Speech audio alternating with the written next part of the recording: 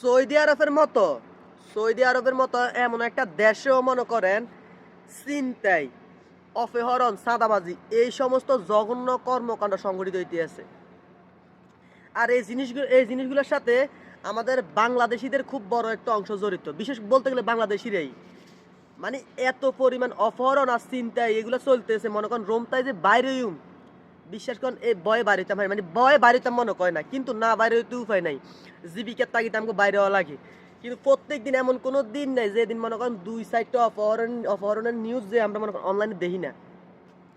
বিশেষ করে যারা রিয়াদে থান যেমন মনে করেন হারা, বাতা, মানফুয়া, আজিজিয়া, শোলা, এসব কিছু এলাকার মধ্যে যারা থাকেন দেখবেন তারা এই বিষয়টা খুব ভালোভাবে অবগত, এই অপহরণের বিষয়টা। তো আসলে আমি এখন কি করার আছে, আমি কাছে সাবধানতা, সচেতনতা, এছাড়া তো আর কিছু করার নাই।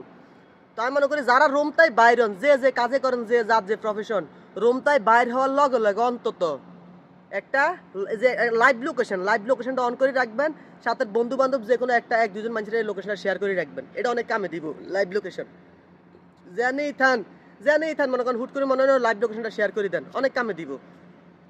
কারণ কোনো গ্যারান্টি নাই, একমাত্র হয়েছে মনে করেন সাবধানতা। জানি তারপরেও তো মনে করেন কোনো ইয়ে নাই, তারপরেও সাবধানতা তো মাইন নাই।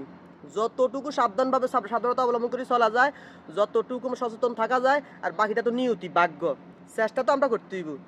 লাইভ লোকেশন অন করলে কি হইব মনে করেন, যে লাইভ লোকেশনটা অন করছে আপনার লগে লগে মনে করেন যে আপনি লোকেশনে ক্লিক করছে, আপনার লগে লগে ওই জায়গার মধ্যে ওই লোকেশনটা রান করবো, আপনি যেন ওই জায়গাতে শু করবো। এই জন্য লাইভ লোকেশনটা অন করবেন। আমরা সচরাচর আমরা সবাই কি করি যে কারেন্ট একটা লোকেশন অন করি সবাই, মানে এটা সেন্ড করি কাউরে যদি ঠিকানা দিতে হয় আমরা কারেন্ট লোকেশন সেন্ড করি।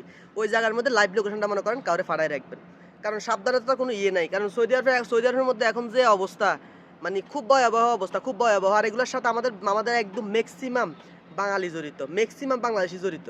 ঠিক জড়িত বললে ভুল হইব। এই পুরা জিনিসটারে, এই পুরা কোরআনটারে হ্যান্ডেল করে মনে করেন আমাকে বাংলাদেশিরা।